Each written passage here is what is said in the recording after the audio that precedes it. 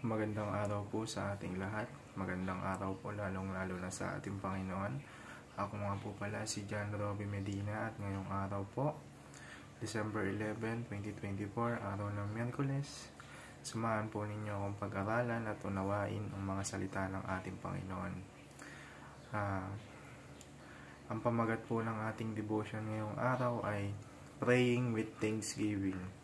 At ang paksa po natin ay magmumula sa Luke chapter 17, verse 17 to 18. Sinasabi po dito, Jesus asked, "Were not all 10 cleansed? Where are the other 9? Has no one returned to give praise to God except his foreigner?" O sa Tagalog naman po, hindi ba't 10 ang pinagaling? Tanong ni Jesus, nasaan ang 9? Wala bang nagbalik upang magpuri sa Diyos, kundi ang dayuhang ito?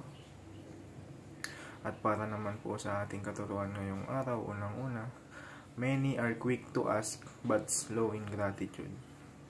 Aminin man natin sa hindi, minsan nakakalimutan na natin magpasalamat sa mga biyayang ipinagkakaloob sa atin ng ating Panginoon. Dahil mas nakapokus tayo, minsan may mga hiling tayo na hindi binibigay ng ating Panginoon, bagkus gumagawa siya ng ibang way yung binibigay niya sa atin. Yun yung minsan na may pagsasawalang bahala natin o di natin pinapansin dahil mas nakapokus tayo sa pansariling kahilingan natin. Hindi natin iniisip yung will ng ating Panginoon. Hindi tayo minsan marunong magpasalamat. Mas nakapokus tayo sa kung ano yung gusto natin, hindi yung gusto ng ating Panginoon. Sa ikalawa naman po, God is pleased with grateful people. Yun nga, kinalulugdan ng Panginoon yung mga taong marunong magpasalamat, yung mga taong marunong maka-appreciate kahit maliit na bagay man yan o malaki. Sa ikatlo naman po, entitlement is the enemy of thankfulness. Yun nga, kapag masyado tayong mapagmataas, masyado tayong kinakain ng pride natin, ng ego natin, iniisip natin na lahat ng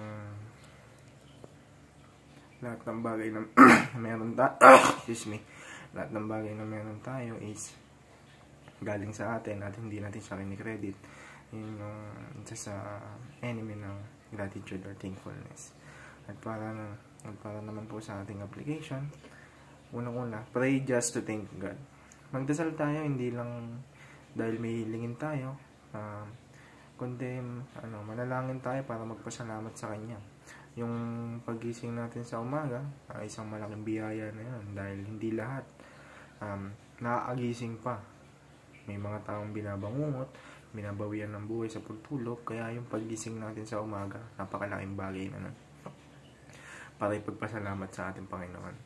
Sa ikalawa naman po, be sensitive to God's blessings. Yun nga, matuto tayong i-appreciate yung mga binibigay sa atin ng Panginoon. Sa ikatlo at huling application, be quick to say thank you. At para naman po sa ating prayer, upang tapusin ang ating devotion. Heavenly Father, thank you for the many blessings you give every day. Forgive me for the times I have been quick to ask but slow to give thanks.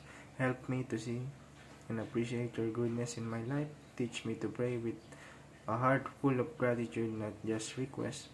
Guard me from entitlement with still joy and thankfulness. Make me sensitive to even the smallest of your blessings and help me to say thank you sincerely and often. May my life reflect a heart that pleases you through gratefulness. In Jesus' name I pray, Amen. Yun lamang po, maraming salamat.